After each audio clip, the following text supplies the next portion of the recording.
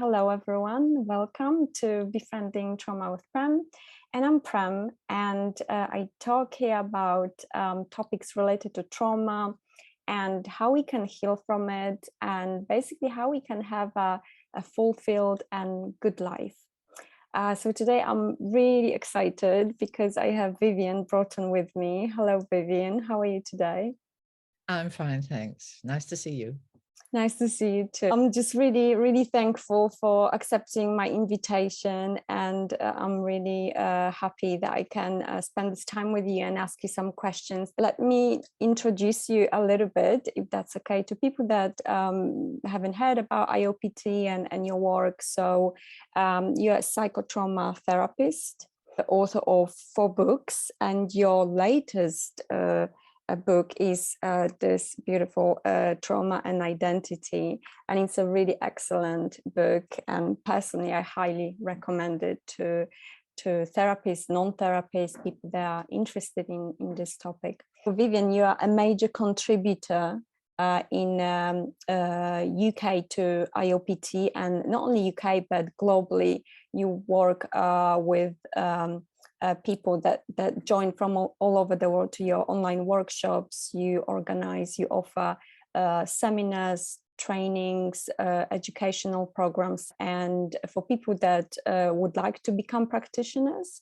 for people that are interested in this work, and maybe that also for therapists that they feel kind of there is something missing in their work, and maybe it's a good idea to implement that modality. Your book is really great, and it's even there is a group of us that created a book club, and we meet and talk about your book and digest it because it's a quite a beautiful, very eye-opening and thought-provoking read. Would you like to tell or add anything how you got to be where you are right now? Oh, well, you've said quite a lot, so I won't repeat. Just to say, I did originally train as a Gestalt psychotherapist back in the 1980s, and yes, and I practiced as a what I call a conventional therapist, is a Gestalt therapist.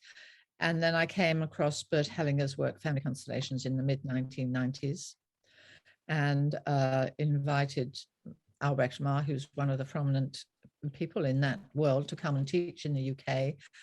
And then along the way, probably I think about 2004, I met Franz at a conference, and I really liked him, and I really liked what I saw of what he was doing. I didn't know anything about the theory that he was developing, but there was something, I saw him work at a conference, and there was something about how he worked that was very attractive to me. One of the things that I'd been a bit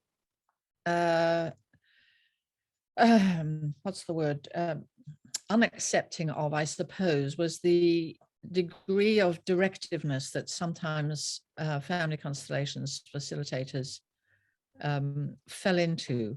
And as a Gestalt therapist, this was I was not happy with that. And what I saw Franz doing was not intervening, not directing the process, but really taking a stance of learning from the process, of seeing the process that happened before him as informing him and teaching him in a way. And this was what I went on to see, was that actually he was involved, and I then became involved too, on a very long and in-depth journey of research and discovery, and that he used the process, originally it was a constellations process, but now we call it the IoPT, or intention method process. He really put all his trust in what came from the process, and he would then think, does this fit with what I have already seen, or is there something new here for me to learn? And I really like that. I like that ongoing openness, and really being a researcher about this topic of trauma. And his books reflect that in a very interesting way, because they're sequential. his books.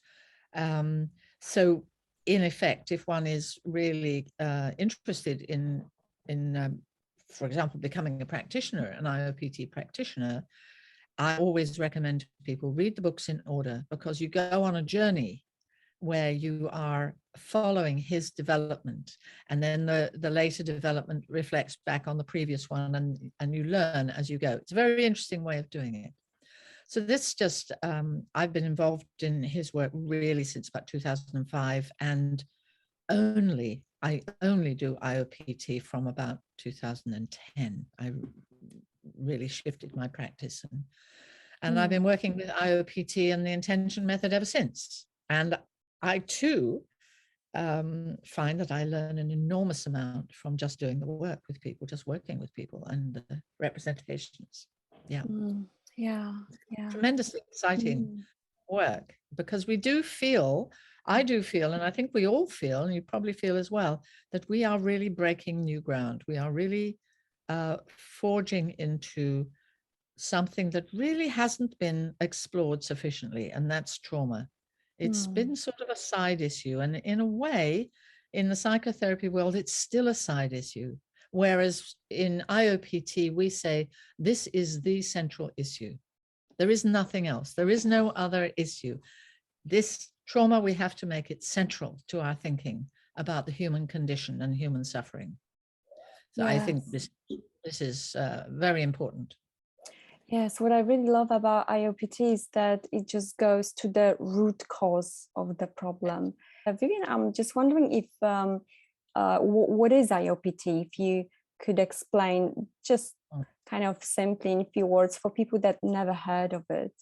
Yeah, well, IoPT stands for Identity-Oriented Psychotrauma Therapy. So in there we have, or theory, the T at the end sometimes is put as theory or therapy. So in that title, we have the word psychotrauma, which means psychological and emotional trauma, although what I think is more to the point is that all trauma is physical and emotional and psychological. So we could say that somebody has a trauma that is more physical, like a car accident or something like that. We might say, well, that's more of a physical impact, but it has an emotional and psychological impact as well, in the same way as if we have a trauma that is, let's say, a mother who neglects her child and is emotionally perhaps cruel to her child. We could say that that is predominantly emotional and psychological, but it has an impact on the body because we hold the suppressed feelings, the split off feelings in our body. So it really does take us to the unity of the mind-body split that we have suffered under really for about 200 years, is this mind-body split. We can't do that with trauma because it affects the whole of us.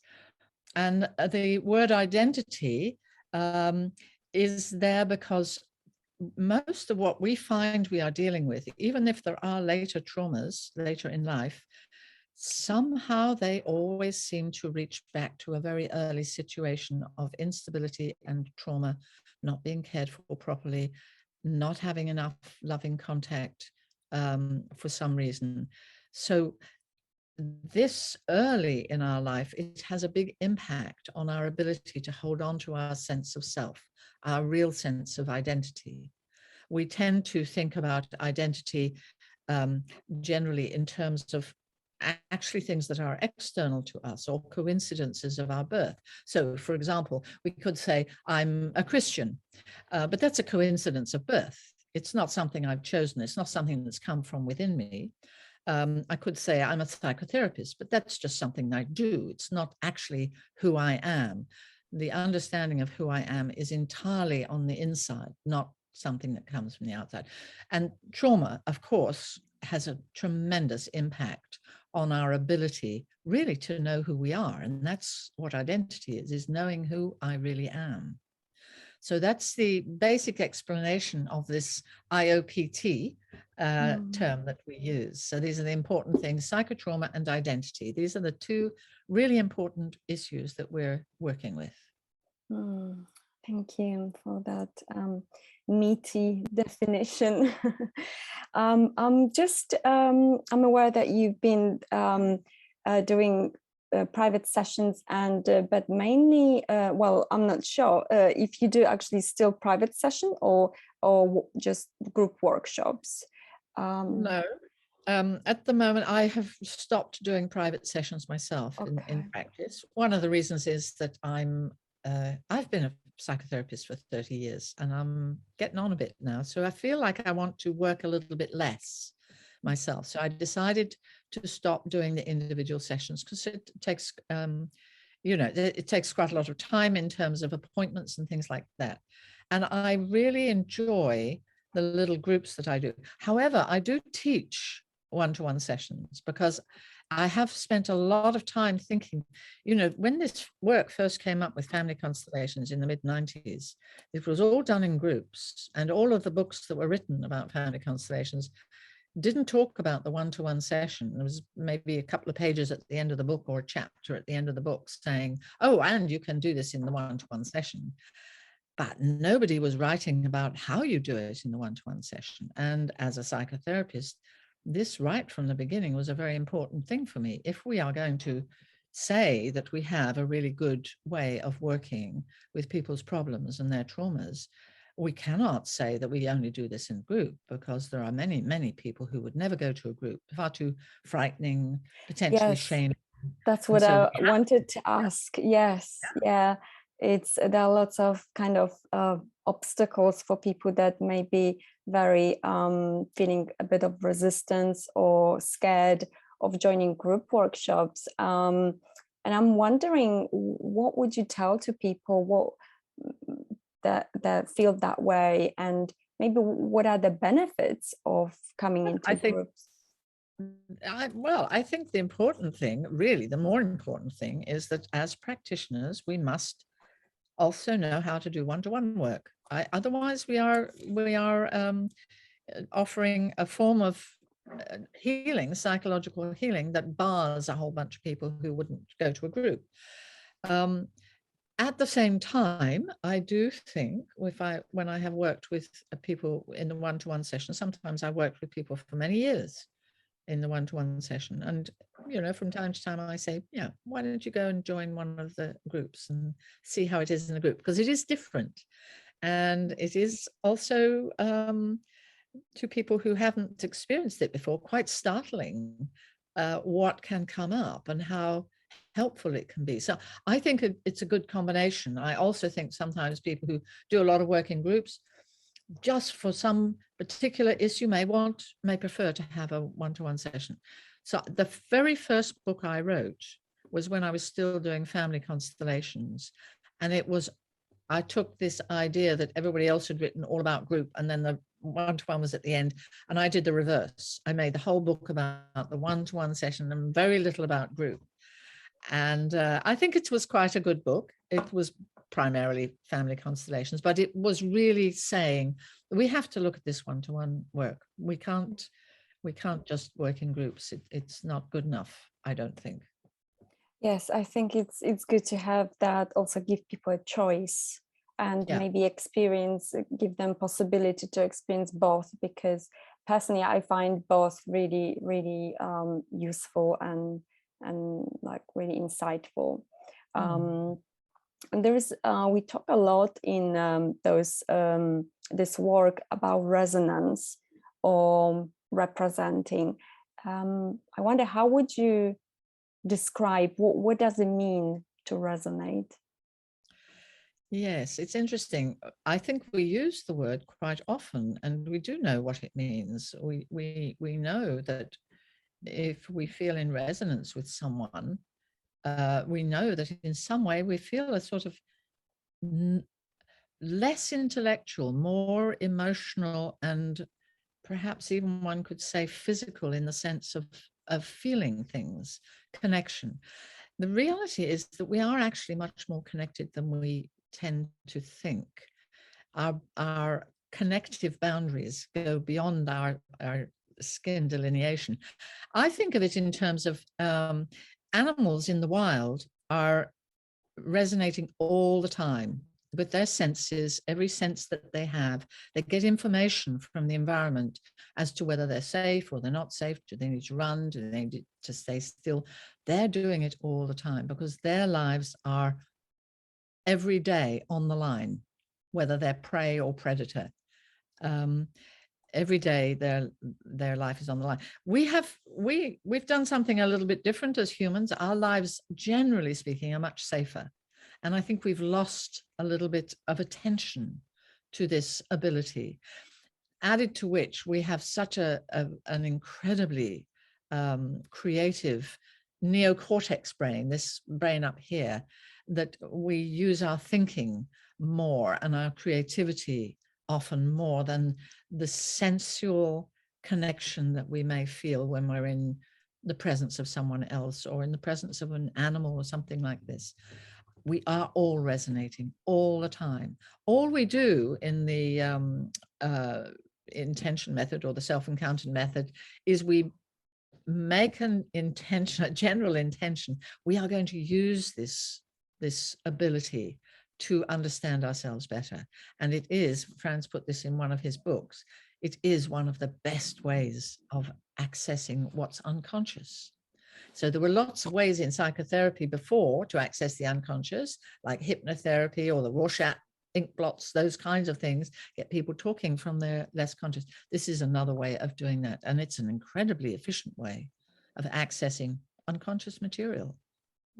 Yeah, thank you. That's very nice explanation of resonance. We actually talk in IoPT a lot about the survival strategies that we develop after we experience trauma. So the survival parts are just kind of trying all the time to protect us.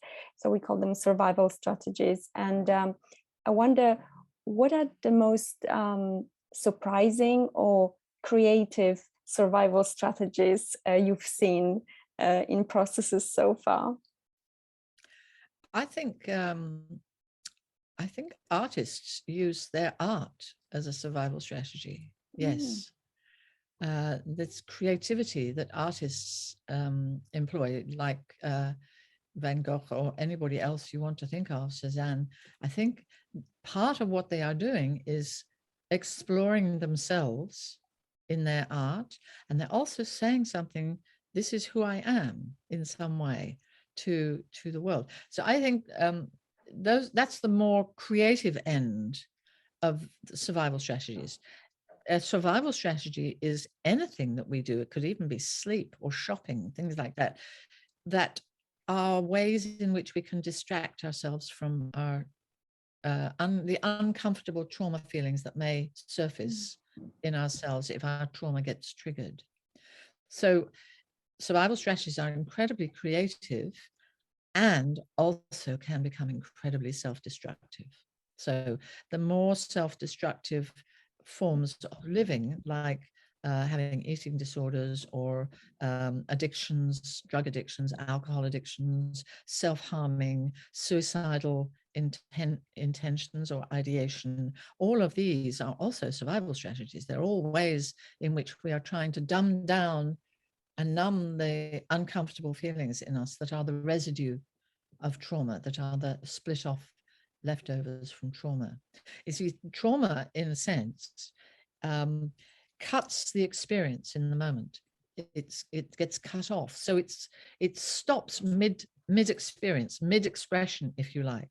And that is kind of frozen in time. This is why so often when we do this kind of work, we come into contact with parts of ourselves that are very young, because they've been frozen in time. They haven't been able to express themselves any further.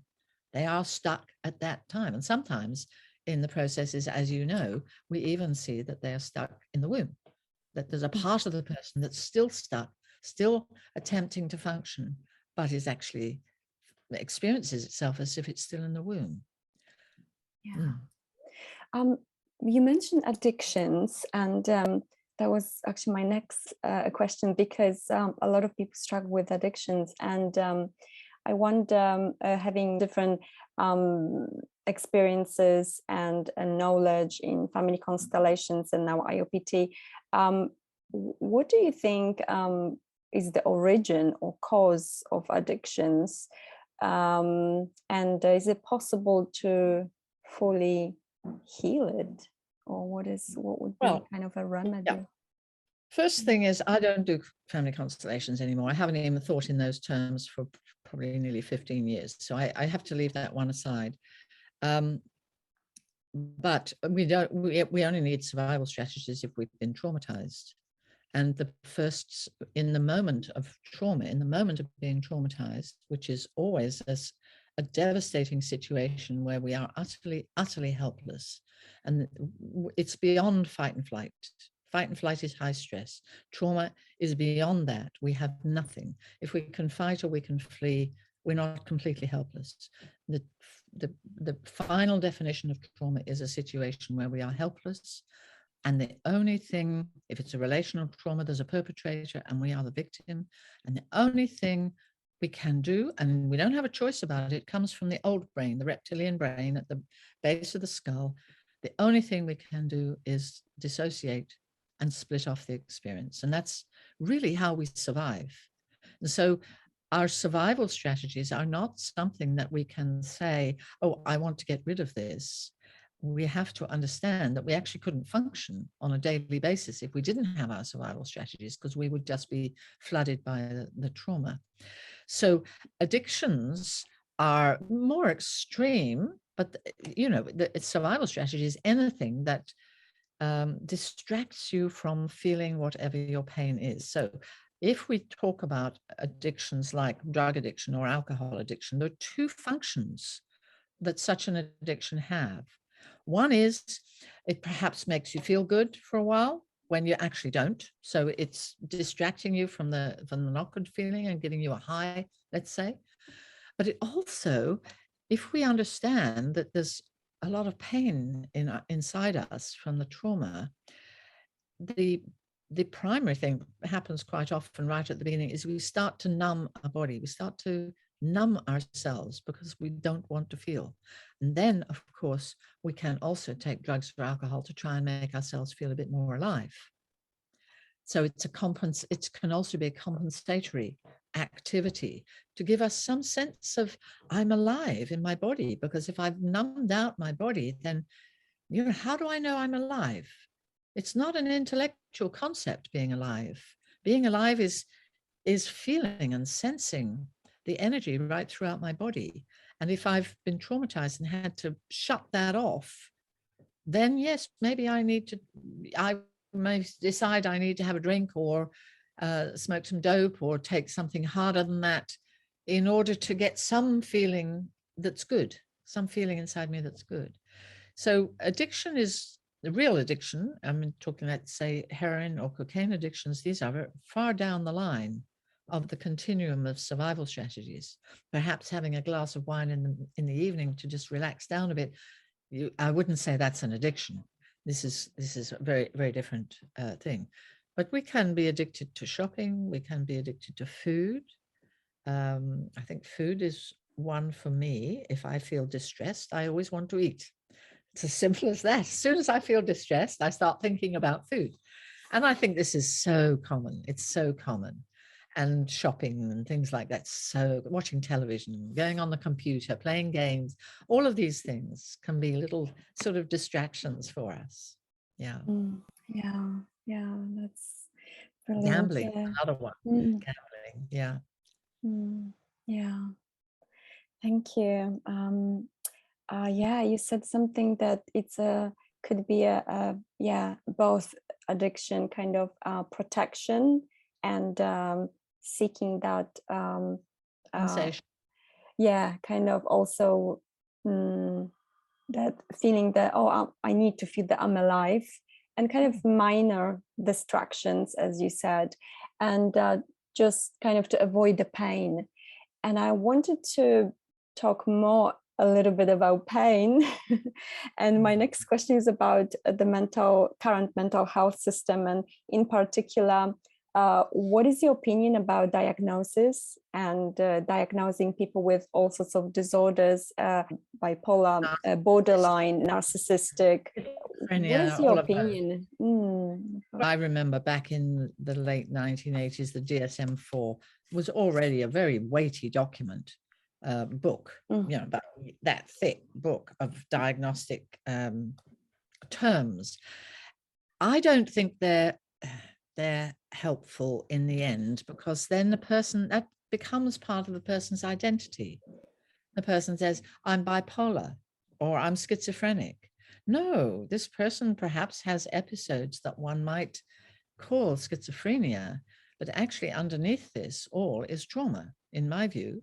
So I don't know how helpful it is. I think psychotherapists have found the terminology helpful in talking about their clients, but it does have a tendency, like any kind of terminology, of boxing people in.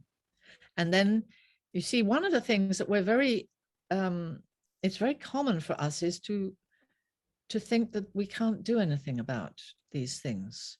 And of course, our medical system actually exacerbates that by just giving medication to people. So you're bipolar and you get a certain medication, and nobody says much about, you could do some therapeutic work. Maybe they do, but nobody says, what's the trauma behind this? And this is what we're saying. So, you could take a bipolar and they might say, well, this person didn't have a very happy childhood. But then what tends not to happen is for somebody to say, why didn't this person have a happy childhood? What was going on?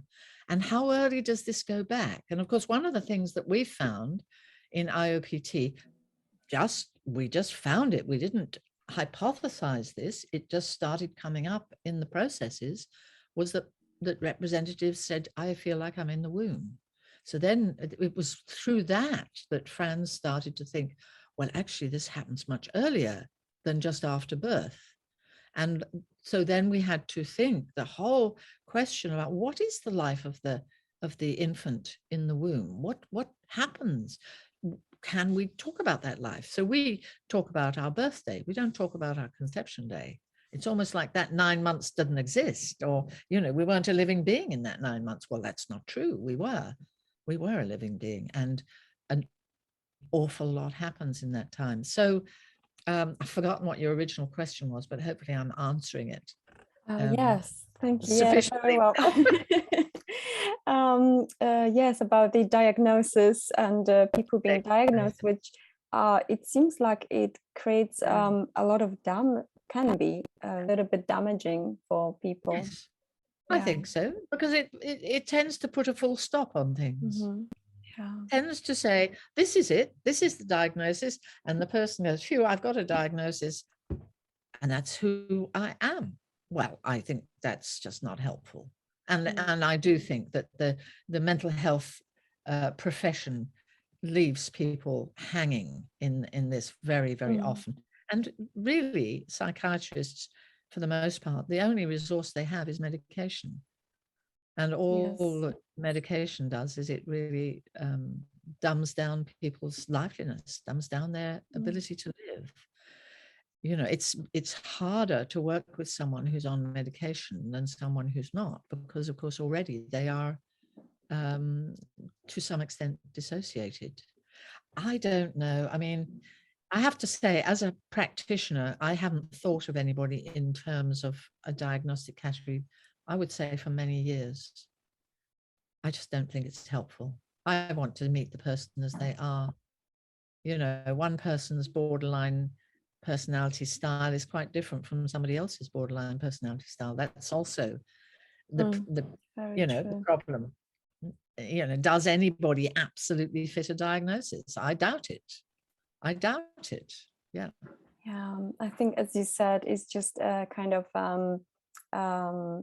the system tries to help people and manage and define, and as you said, box people, but it doesn't really get to the root of the problem, because it's scary, I imagine, just to acknowledge, oh, I am traumatized. So it's quite I think informative.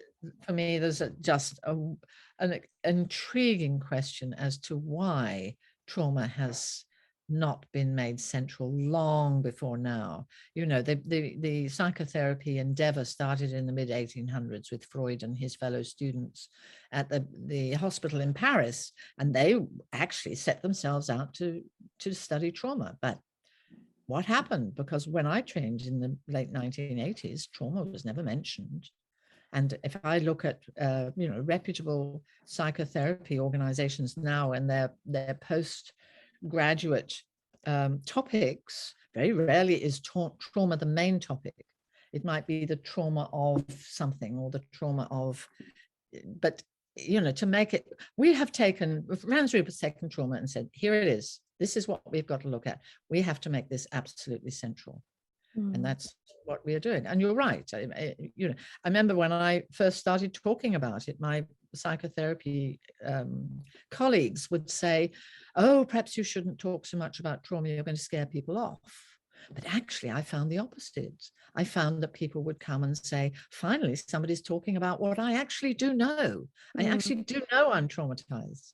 So I think we're right to put it right at the center of our thinking. Yes, indeed. Yeah, and also what you said in other of your interviews, that IoPT just makes sense and it's logical, and very that's logical. also what speaks to many people. Yeah, this is one thing I really learned from Franz. He's meticulous in, if he's going to discuss something like identity or trauma or sexual trauma, anything, he's meticulous in saying we have to have a definition for what we're talking about, because you can't, you ask a room full of people what's trauma, and I tell you, you will get as many different versions as people there are in the room of what it is. The person says, I took coffee to my boss and he shouted at me and it just totally traumatized me. No, that's not trauma. It may re-trigger your trauma, but it's not trauma. Yes. Abuse is the same. We've started to use this word abuse very freely, far too freely. We need to have clear definitions of what we're talking about. Really do. Yeah, that's very important. And I kind of notice how the words have been in psychological kind of circle has been evolving over the years. Like actually depression was called melancholia in 1800s. So the trauma was hysteria.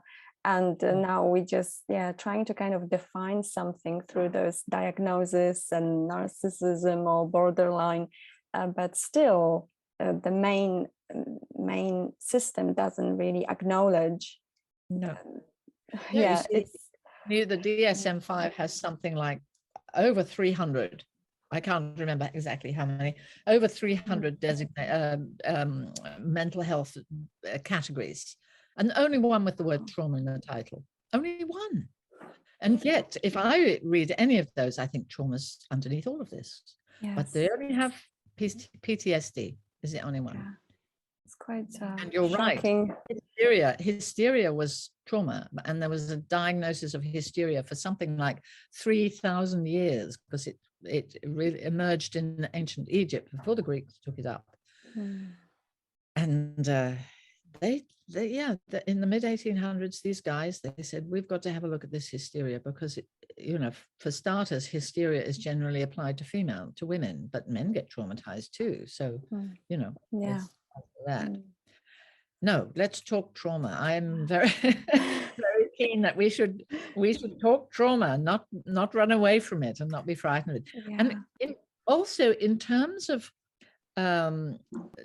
denominations, or what you're talking about, these categories that people have talked about, actually, if we talk about trauma, then we could perhaps safely say that we're all traumatized, which means we're all in the same boat. Nobody's worse, nobody's better.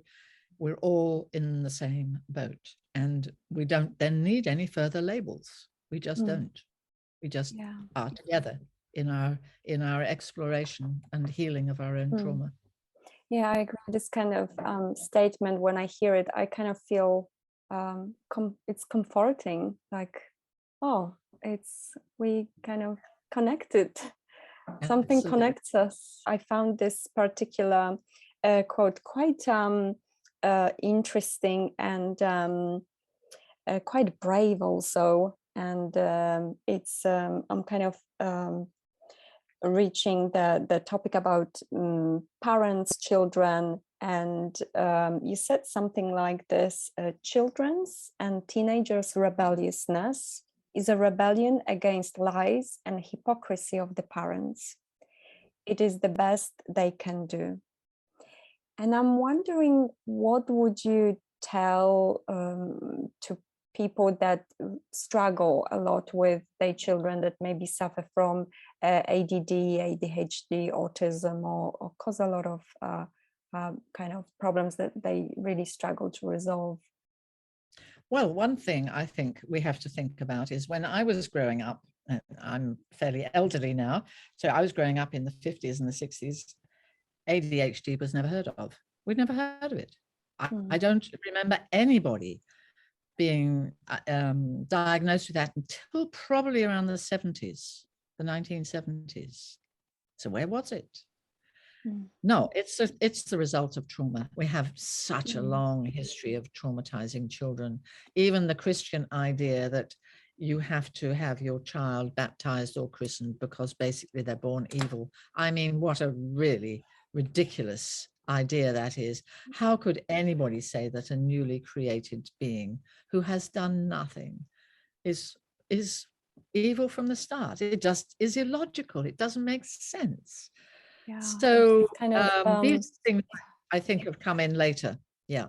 Maybe they were there before and then finally they found a label for it and then they found a drug for it, of course, but nobody's saying, hang on a sec, what is this child reflecting of how the parents are, of the context in which they're having to probably struggle to survive?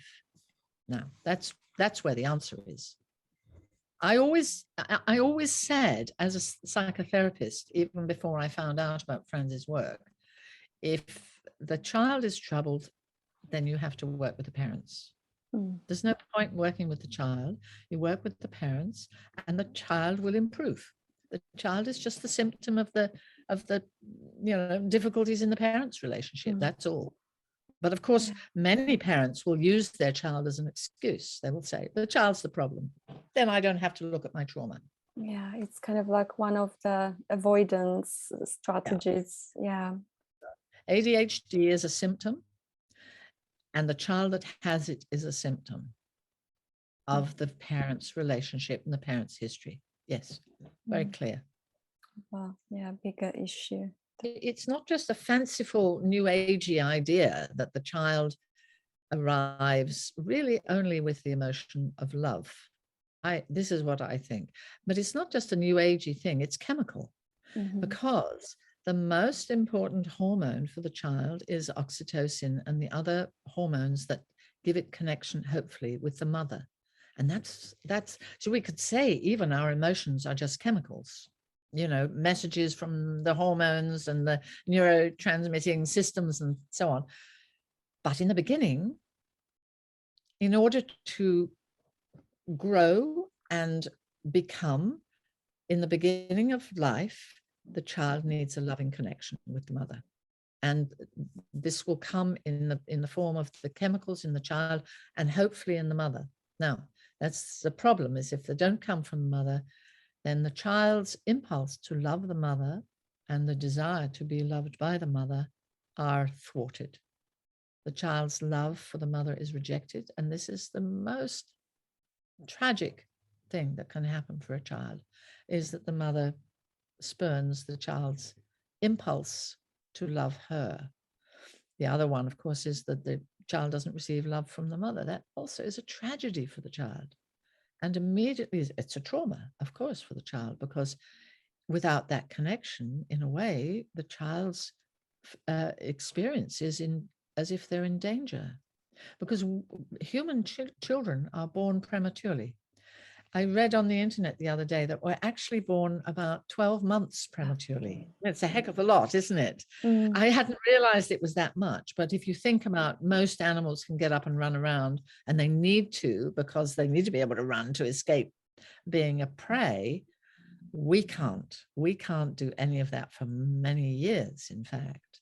And the reason that we're premature is because of the development of our brain. Our brain, in relation to the rest of our body, is so much larger than any other animals.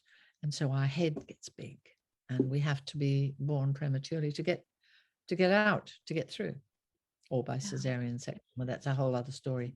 Vivian, I would like to talk about also topic about mothers and having children, about two kind of extreme maybe topics, miscarriages and abortions, because it's kind of like there are mothers that really want to have children, and they really do everything possible to have a child, to really welcome that child, and there is maybe miscarriage one after another, and there's some women that they don't want to have children, and they decide to abort them. So what have you seen so far in like from IoPT lens, what you can say? Yes, I mean, if the mother thinks about aborting the child, already she distances herself from the child. All right, so she makes the child into an object rather than a subject of his own life. So in order to think, I don't want this child, I want to abort the child, she has to make this emotional, psychological distance from the child in order to even have the thought. And, I think we have a lot to discover about what the infant in the womb is going through in relation to what the mother's going through. So if the mother has this emotional thing, maybe I abort the child, I think about it, how might I do it? All of this, in some sense, the effect on her of having these thoughts and distancing herself from the child feels this inside. The child is hypersensitive, I would say, to the mother's mood and ideas. So this is the idea even that I might abort this child, I think can leave an effect, can leave a trace effect in the child. Of course, if she attempts the abortion and it fails, that issue really is between the mother and child for life. It's never talked about, rarely talked about when the child becomes an adult, can't as a child. But already there's all sorts of issues between the mother and the child. So the child, in a way, has defied the mother's wish that the child shouldn't exist. How does the mother feel about that? How does the child manage that? The mother might be angry with the child for having survived the attempt. She may feel a lot of guilt and shame that also comes in between. Their relationship is just overladen with all of this stuff. It's never talked about. And even the mother ends up being glad that she had the child. That's, that's a shift in her, but still, even those early experiences of what it was are still there, are still in the cells, if you like, and the emotional experience of the child. Very unconscious, of course, because there's no intellect to remember this, so it's held in the body. Miscarriages, I think miscarriages are very interesting. I have seen in processes that I've worked with people that miscarriages sometimes seem to be the result of the mother maybe wanting the child but being scared because of stories she's had or her own experiences of being a child, all sorts of things. I tend to think, and I don't have any scientific proof for this at the moment, but I tend to think miscarriage is a situation where the infant feels like it's not possible to exist. It's just not possible. There's too much, too many forces against the existence of the child. Just can't stay. And so just dies. Yes, I it's don't like think. the environment where Yes. the child Yes. are not very friendly, maybe for Yes, the new exactly. life. So The child has to exist for 9 months inside the body of a mother. And if the mother's traumatized, there's all sorts of things that the child has to deal with. Yeah. I think we'll find more out about this, but it doesn't seem to me to make sense to say that something like miscarriage is just random. No, I don't think these things are random. There is something going on. Whether one can find out about it or not, or whether one even wants to by setting an intention, I don't know. But there's a reason for everything, and we just have to find it. And the best way, from a personal perspective, to find it is to set an intention. Set your own intention. Do your own process. Ask the question, did I nearly die in the womb? Did my mother want me? These are important questions. I just want to refer to your book, and if that's okay, bring two quotes. So you said something about love. Love is very simple, pure, and uncomplicated. Love is the primary emotion of life. It is the emotion that is life itself, life-giving, life-preserving, life-enhancing, and life-creating. And on the other hand, you also wrote, we are on a very self-destructive path as a species.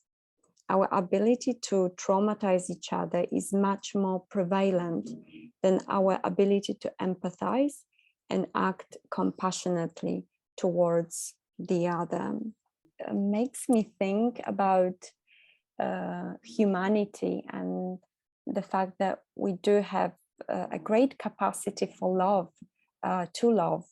So I'm wondering, what about this self-destructive impulse, and do you think is there like any remedy for that? Oh, absolutely. Set intentions. You can only heal yourself. No one can heal anybody else. And the destructive aspect of ourselves is the survival aspect. The survival and not taking ourselves seriously is very destructive. And we see that in the destruction of our environment.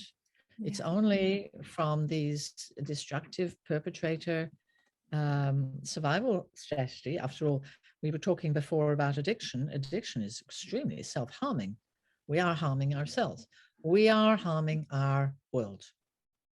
This, to me, is the indicator. The fact that we've got to where we are now, and we're doing very little about it, is the indicator to me that we're not dealing with our trauma, that our destruction of the environment comes from hatred, not from love. Hatred is the opposite. I don't believe that the baby, the child in the beginning has the ability to hate. I think it comes in from the outside. Hatred is because I'm hated. Then I can hate. Otherwise, why? So I think what we see in the world at the moment is the product of our collective avoidance of trauma and our hatred. You know, I planted a wood here, and it's fascinating to see it growing, and it makes me realize even more what so much of what we're doing to our environment comes through, I believe it comes through hatred. Hatred of self-hatred, self-destruction, and then we destroy what's around us. So the thing is, it sounds kind of drastic to say this, and it sounds perhaps quite condemning of us. But what I think is, it's only if we really, really, really look at the truth, look it in the face, and then say, right, now I can't do anything out there if I don't sort myself out, if I don't deal with my own trauma, if I don't put myself in a situation where most of what comes from me is a loving, compassionate, and positive frame. And we can't fake that. You know, there's all sorts, there's been in my lifetime all sorts of Louise Hay's work of affirmations and things like this. I am wonderful, I'm beautiful, I'm healthy, all of this. No, this is trying to fake it, in my view. And it's trying to avoid the reality of the fact that actually I hate myself, that I'm actually destructive, and it's because I'm traumatized. This is again why we have to put trauma at the center. We have to put trauma at the center personally, and also we have to put it at the center globally. Because then it's quite simple what we're doing. We just are, headed in a very destructive direction. And we have more intelligence than that. We have more creativity than that. But it does mean we have to stop and think and look inside, look within ourselves rather than outside, and deal with what's within ourselves. That's what we have to do. Otherwise, we will destroy ourselves. I mean, the last 40 years or so, 50 years, has seen so much destruction of people through addictions, through wars, through cruelty. It's just shocking, really, to look at it. But there is an answer. There is a different way. But it does mean we have to face ourselves. We have to face ourselves. Take ourselves seriously. That's one of our mantras, really, in the IoPT world, is we have to take ourselves seriously. We have to take our trauma seriously. Yeah. And I think also it's about having this kind of a little bit of spark of curiosity around just our life and truth and who I want to be, why I'm here, and or it's like a not truth even of who I am. Yeah, exactly. It's not even who I want to be. It's who am I, really? Underneath all the survival impulses, the addictions and everything else, who am I really underneath that? And in my view, we're on this planet for a short space of time. I'm approaching the end of my time, and maybe because I'm approaching the end of my time on this wonderful planet, this wonderful thing of being alive, it's very clear to me we have to understand that we're not here for long. And in that sense, what's more important than anything than making myself the center of my world and understanding who I am and exploring the difficult things in me. I can't see really logically that there's anything more important than that, because if you imagine, let's say 70%, and this is ambitious, I know, but let's say 70% of the population of the world actually do decide to take their trauma seriously. The other 30% would follow on. We would be on a roll. We would be moving in a good way. But we each have to. I kind of have a hope around this IoPT work because there's this idea of the study of one monkey effect. So there's like this ripple effect that we can create, and 100 monkey, is it? Yeah. And well, you see, we've seen this happen since COVID. COVID has been very helpful to us, because we started working online, and we're now reaching people in countries where there's no IoPT practitioners. And I think our interested population, and IoPT interested, or as Franz calls it, IoPT informed number of people has probably quadrupled in the last year or two, I should think. That's helpful. That's hopeful. I could notice like how all this IoPT community is just growing, really expanding. So it's really a positive thing to see, I think. Yes, also you mentioned the pandemic and the fear. I think it's kind of raised the levels. And it's just, I see this as like a phenomenon that we just can't escape the truth, and that we have to deal with our fears and our, let's say, shadows, and just really look at what's in us. You see, those people who want to be in power, we have to ask ourselves, why do people want to have power over other people?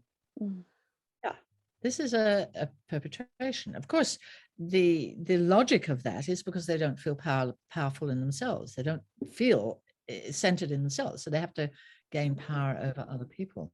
And of course, one way in which it's pretty well a dead cert that you can gain power over people is by engendering fear. And that's what's happened with the COVID thing. It just put so much fear out into people. And of course, one of the things that happens is fear debilitates the immune system. I mean, it's crazy. Yeah. You know, you think we've got to control everybody and we can do it by fear. But fear is exactly the thing that debilitates the immune system. Mm. The hormones that are released when you are fearful. Yeah. And in fact, the other thing I learned the other day actually is in a situation, I learned this the other day, it's interesting.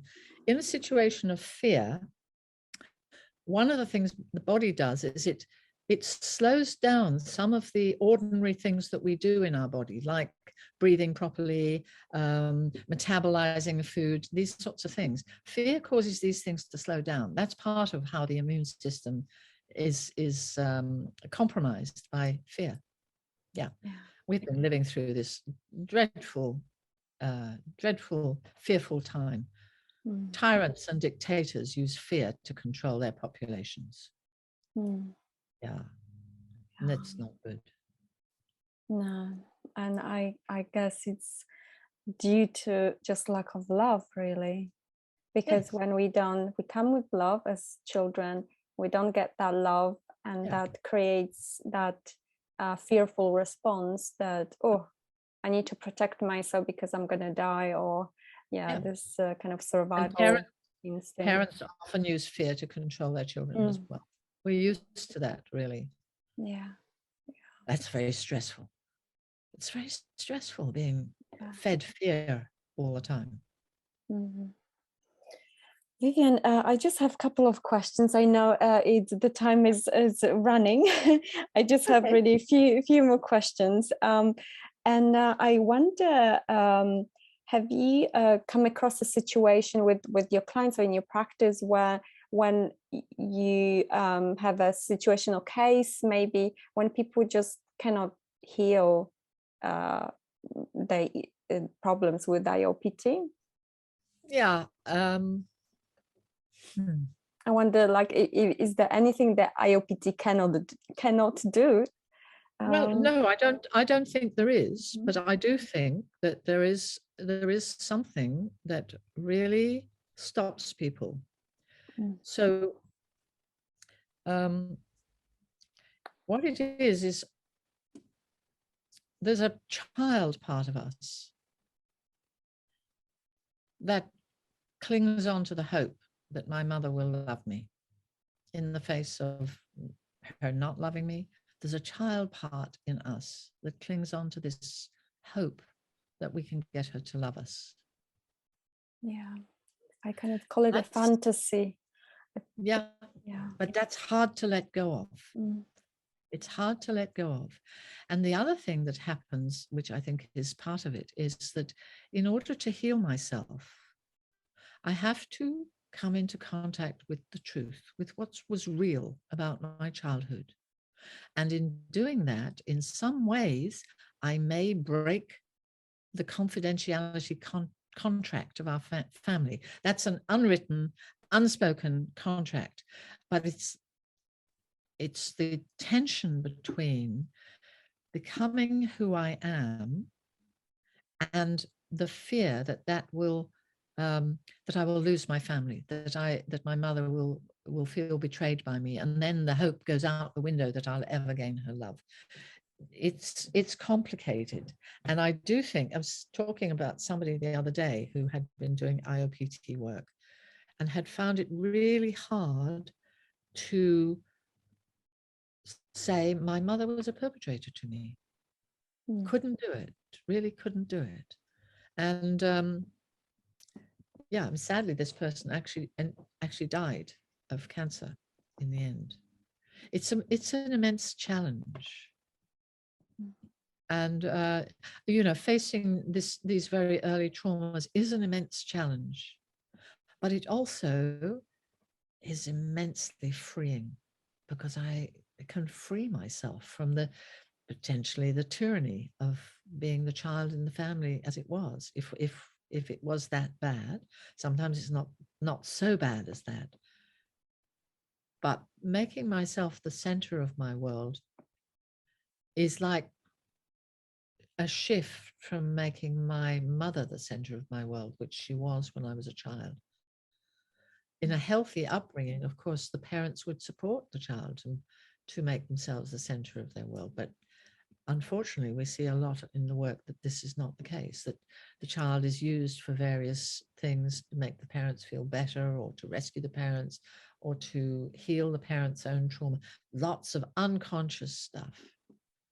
It's challenging, but it's also freeing. And in my view, it's the only solution.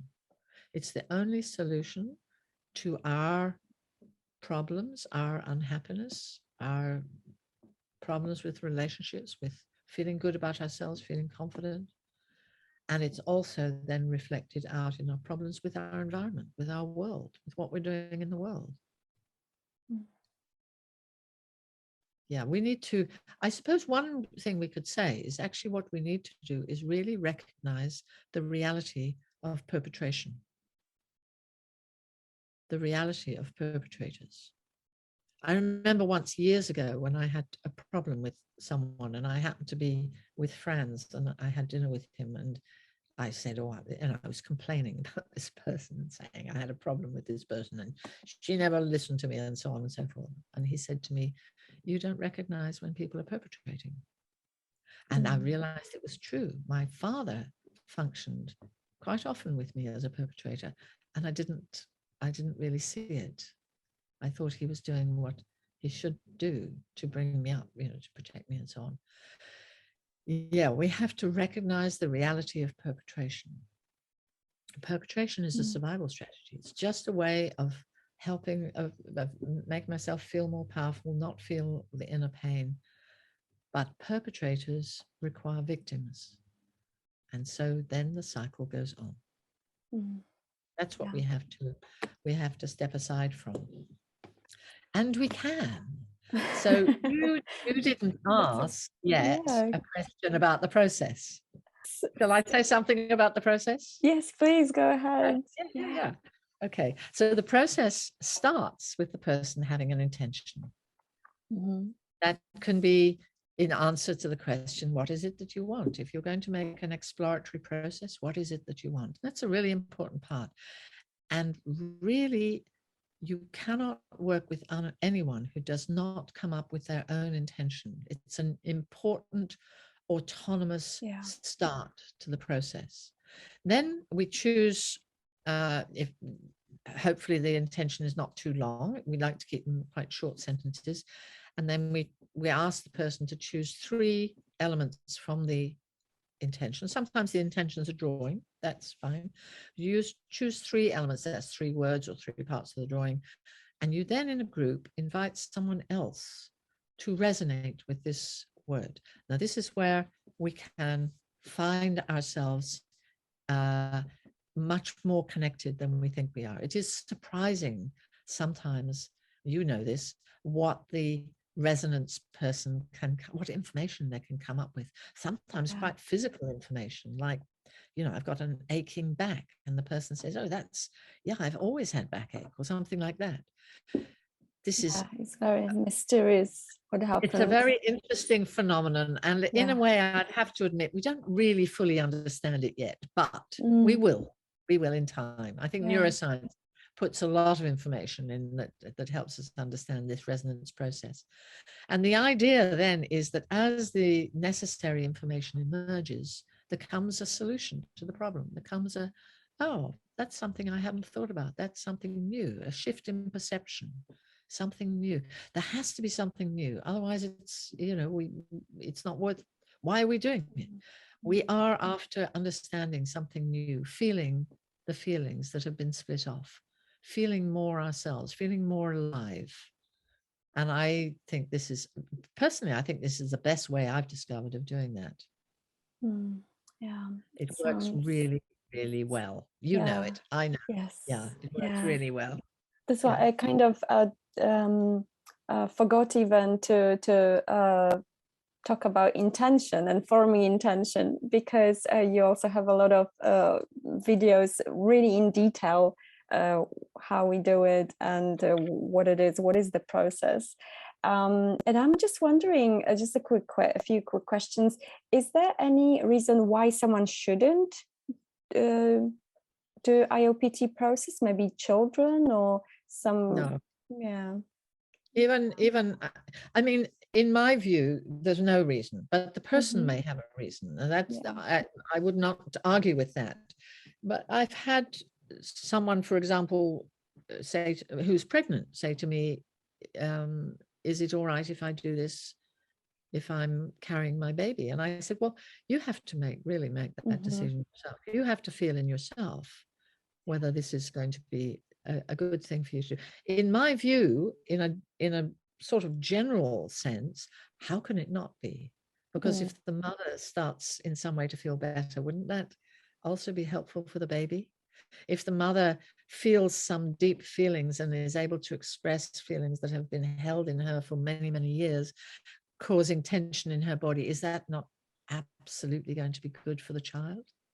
Children are not afraid of emotions.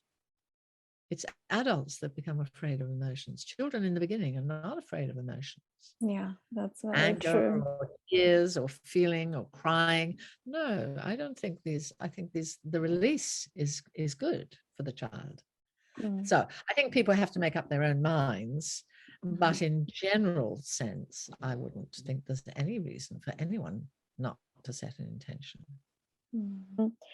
I wonder, just for people that are wanting to become a practitioner, and I'm myself practicing practitioner, and what are the maybe challenges, or I wonder what was maybe kind of quite maybe fearful situation when you had in a process, or how we could look after ourselves when we facilitate a process for someone. When we pluck up the courage to actually practice to be a facilitator. Yeah, I mean, there's a lot I can say about training because or learning. I think the most important thing for the practitioner is to keep doing your own work. Because if we are traumatized, we all have the potential to function as a perpetrator at some point. If we feel under threat, we have the potential to function as a perpetrator. And really, it's not okay that we do this when we're facilitating somebody else's process. So I think the most important thing for a practitioner is to become familiar with one's own potential to perpetrate against oneself and against someone else. If we are as I have liberally sort of said, if we're all traumatized, then what that means is we all have the ability to function as a perpetrator. And we don't really want to do that when we're working with someone else with their process. We need to know this in ourselves so that if something comes up in us, our trauma is a bit triggered, we can see it, we can step back from it, and we can regain our healthy self so that we can be of good use to the person we're working with. I think this is the most important thing, really, is to keep doing one's own personal work. Yeah. To set intentions around maybe something that's triggering us. Yeah. Because it's at the end, all within us. Any problem, you can set an intention. Or I put it another way.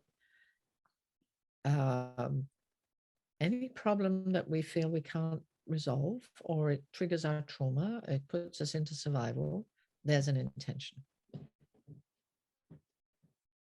Yeah, there's a potential intention to do some work. Vivian, just 3 more questions, really light, it's kind of personal. What's confusing you at the moment?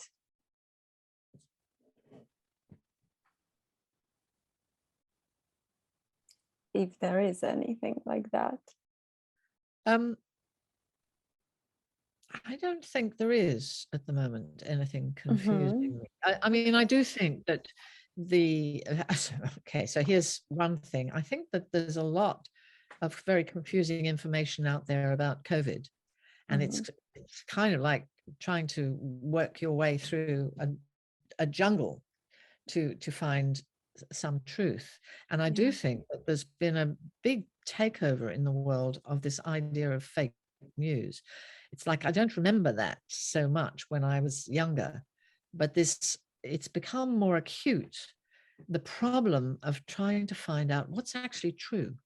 You know, the politicians have become more flagrant in their use of fake news and fake information, I think. And this is not a good move. This is the activity of a perpetrator, is to confuse other Mm. people. But I think we have been very confused, certainly in the UK, we've been very confused by conflicting information and by governments really not giving us proper information about that.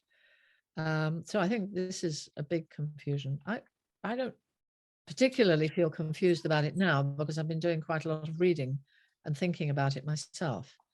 But yeah, and of course, confusion is also a way to control people. Mm. Yes, and it comes up a lot in almost every process that I see. Yes. Personally, so yeah. Well, yes, but you see, I think, and I think as a practitioner as well, you at the beginning of a process that you're facilitating, you don't know the answer. You don't know what this is about. So there's a degree of I think a tolerance of confusion is necessary for a practitioner to be able to stay with the process while we come to some solution, resolution. I also think that hitting that place of confusion as the person doing your own process is really important, because it's from confusion that clarity comes. Yes. Only when we can really, really experience and see the confusion, then something new can come. Yeah. Mm. Otherwise, we're spending our time avoiding it. Mm. And that's when we say stuck. Yeah. Yeah. I think Mm. confusion is very important actually in Yes, the healing actually. process. Yeah, Yes. yeah, yeah. It's like really a trauma. I like what Peter Levine says. Like trauma, it can be a gift. It's not a life sentence. No, of course not. Yeah. So confusion is this. Someone said is this amazing moment just before gaining clarity. So I like I that. think I wouldn't agree with, I think trauma is potentially a life sentence because, you know, the percentage of people who do something about their trauma is minuscule in comparison with the population of the world. Hopefully that changes. And if you don't do something about it, then it is a life sentence. Yeah, Yeah. that's very important statement. Yeah, we Yeah. just can't leave it and kind of sweep under the carpet. Vivian, what's inspiring you at the moment? Well, since I wrote that book, the one that you showed, I thought, well, that's the last book I'm going to write. And then I discovered something that really is logical, actually, is you don't stop learning just because you're writing a book about what you've learned. That's what I wanted to ask you next. Are you planning to write the next book? Yeah, well, I've got something on the go, but what I'm doing at the moment is when I work with someone, I'm really finding that pretty much every process I do with someone, I learn something I didn't know before. And so I'm collecting these little learnings. And the next book, if it gets to fruition, and I'm never quite sure of that when I'm in the middle of it, whether I will actually get to the end or not, is just going to be a random sort of collection of essays and thoughts that have come out of people's processes. And I'm going to actually, hopefully in many of them, put the name of the person, just the first name of the person, if that's all right with them. I'll ask everybody, of course. But, you know, I find it's such a gift. I work with someone, like I work with you or something, and together we do this, something new comes. And it's like, wow, that's amazing to see that. And then I want to write something about it. So I'm sort of doing that at the moment. I have to say, I agree that the processes can be very creative, like really amazing. Yeah, Tremendous, yeah, yeah. tremendously. It's beautiful, I think beautiful work. Yeah. there's still a lot for us to learn about trauma. Mm. I still think there's more for us. I think Franz has done an incredible job putting his IoPT theory together. And in some senses, I think he feels he's done that and it's the end of it. And he's been very interested in taking this thinking and looking at it in terms of the global situation and so on. But I still think there's things we have to learn about trauma. There's still things we don't fully understand yet. Mm. And actually, it's like you read my mind. My next question would be, do you see a potential of growth and expansion in IoPT? Because everything kind of evolves and changes. So I see IoPT, yeah, it's been actually evolving over the years and really, yeah, expanding. So yeah, I agree. I don't think I always say that theory is the servant of reality. mm, It's not reality, it's the servant. It's an attempt to explain reality. Well, if reality changes, if we grow, if we think differently, if we evolve, as we are still evolving, then the theory will have to evolve as well. So theory should never, in my view, should never stand still. I'm sure the quantum physicists would agree. They're constantly finding new kind of crazy, seemingly crazy things from their studies, as far as I'm aware, what little I know. I want to ask, and it's evolving around actually death and end of life. I don't want to kind of close it in a pessimistic way, but death is part of life. And I think there was some kind of, if I can share, there's always this kind of feeling in me, what's going to happen when we gonna die? Like, what is the process? And sometimes I would just sit at my auntie's bed, who had suffered from her 20s, lots of, like, she couldn't walk, she had arthritis, and I would always think like, oh, I want to be next to you when you're going to be dying, because I'm curious, what is the journey like? Where are you going to travel?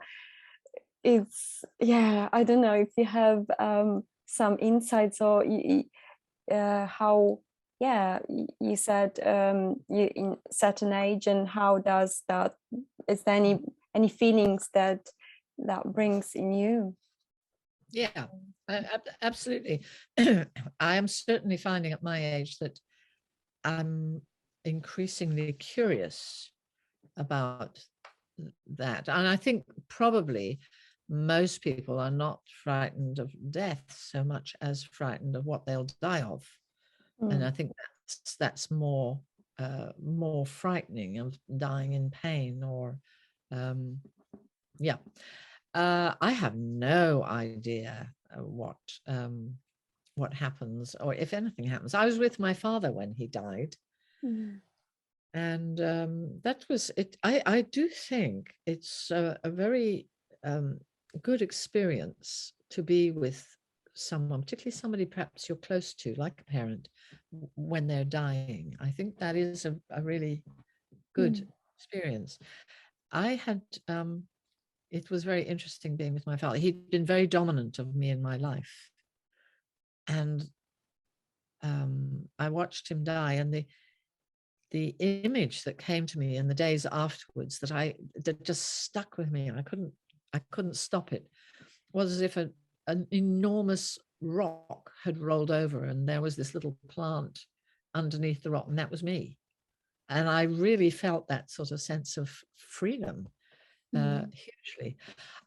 Who knows what happens afterwards? I mean, I think we fantasize about there being an afterlife, probably more than, certainly when in the Middle Ages, when religion was so strong, because it was the only means of explaining many of the things that we now know how they work.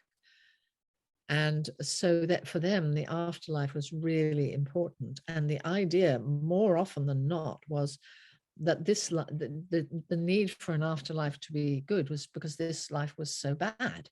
This life was so painful. and so unrewarding for so many people. So then you can hold on to this idea that there's something better. And I think that was really big in times past. So there's another reason to work with our trauma, to make sure that we have a good life. And then perhaps when we come to the end of it, we are satisfied.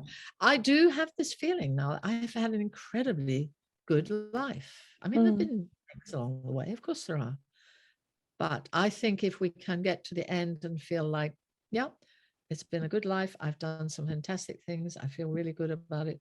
Maybe that's the best place to go. I did also, the Buddhists have an idea that, particularly I think it's the Tibetan Buddhists have this idea that the last thought you think before you die indicates what you'll come back at, because they of course think you come back. And so I play sometimes with the idea of coming back as a professional violinist.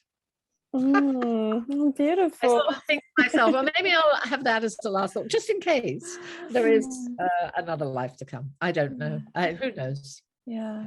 I think it's much more useful is to say, I'm going to have a good life. I'm going to do whatever is necessary. And for me, that means dealing with my trauma, to have a good life now.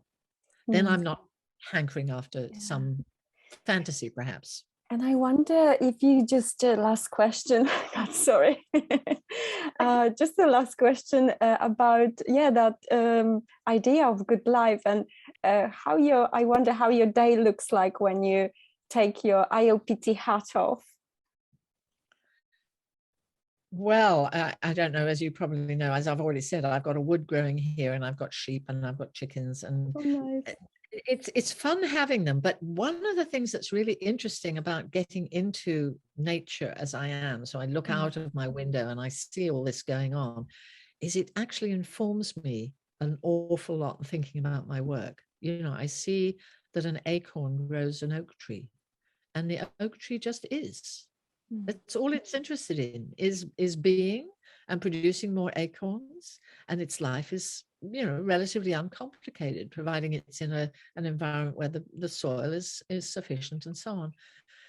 Yeah, it teaches me a lot. So it's not so separate. I watch my sheep too, and I see how they interact, how they are with each other, and that's so interesting too. It's really, I do think that actually being involved in nature is very helpful and informative. Franz, of course, writes very interestingly in, I think it's Symbiosis and Autonomy. He writes about us within the science and the understanding of evolution.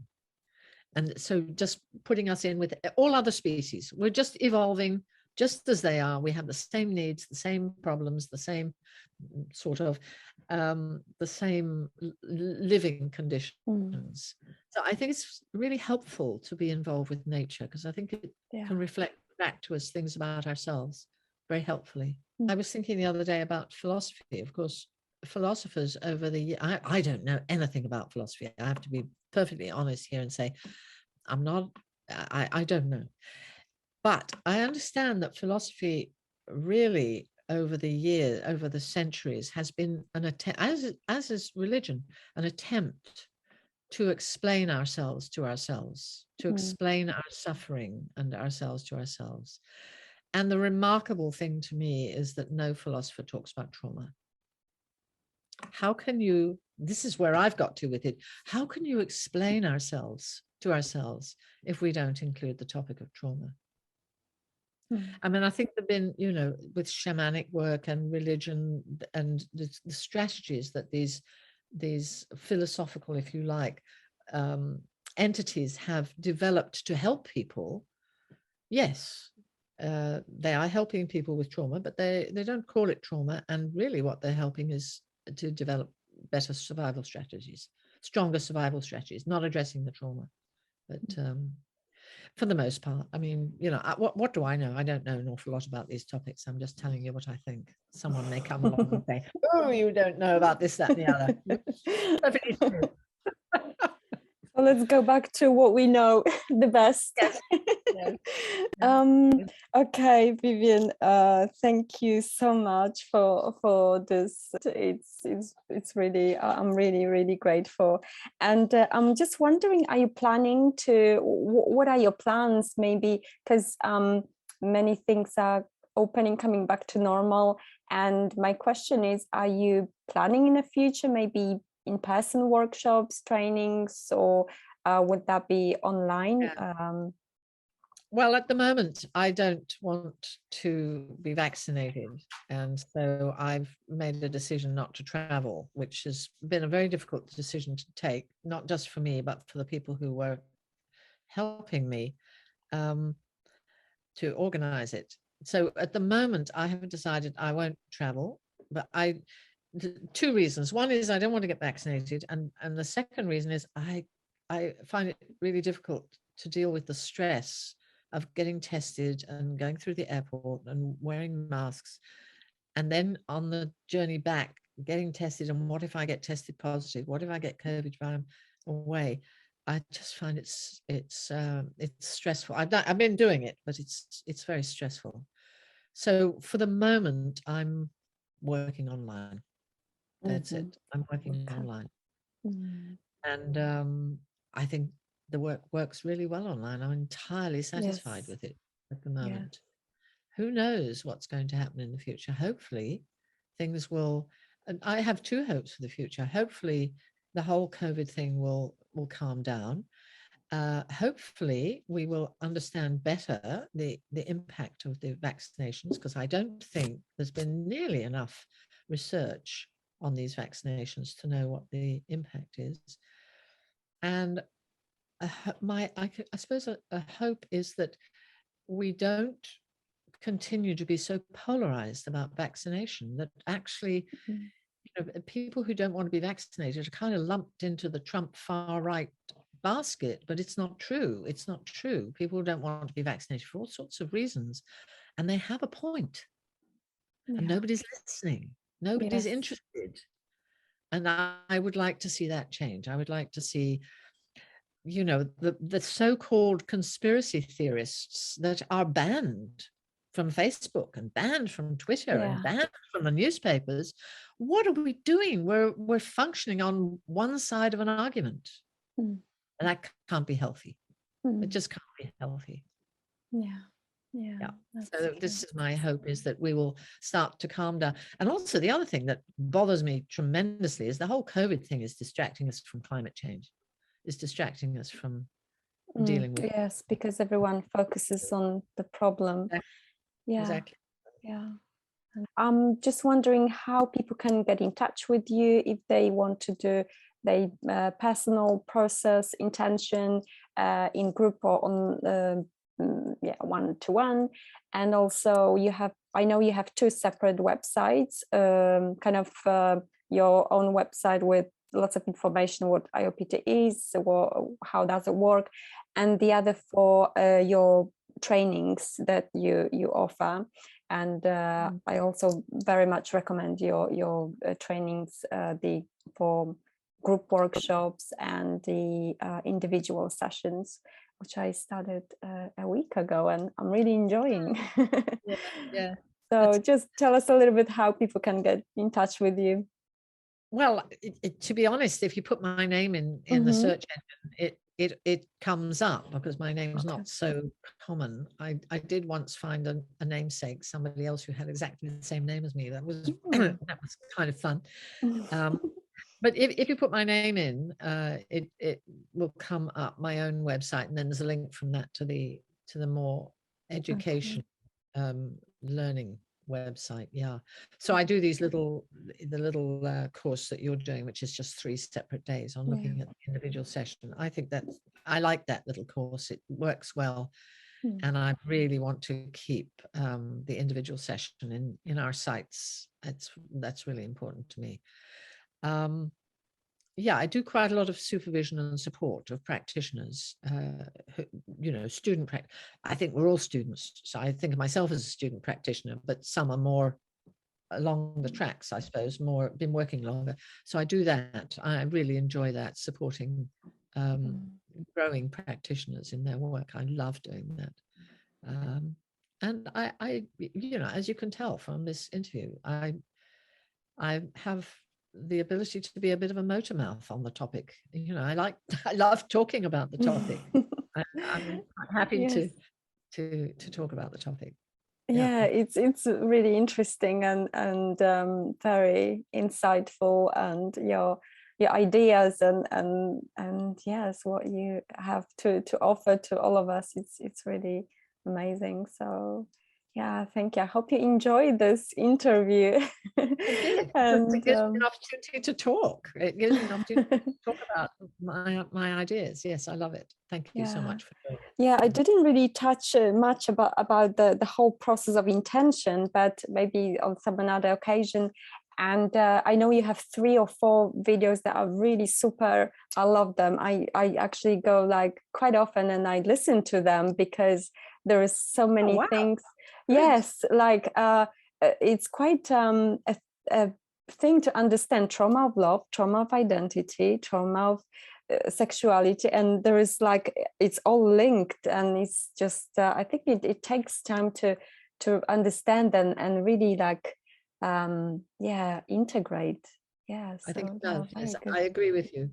I think you can't just read the books and do a few workshops and think you've got this. The theory is so simple, you know, it's the face with the 3 little faces, but the depth of it, where it takes you, is immense. Yeah. Good. And okay. And also I just want to invite everyone to maybe comment, or if you have any reflections or kind of sharings, questions in response to what you heard from us today. And yeah, you can just visit Vivian on Tuesday online, and where we gather to do processes. And it's been really great to experience this work, because I believe it's really fantastic. And you said it's could be one of the really solutions to become just healthy and have a good life. And it's all about knowing ourselves. Know thyself, like in your book. Yeah. Okay. Thank you, everyone. Okay, take care.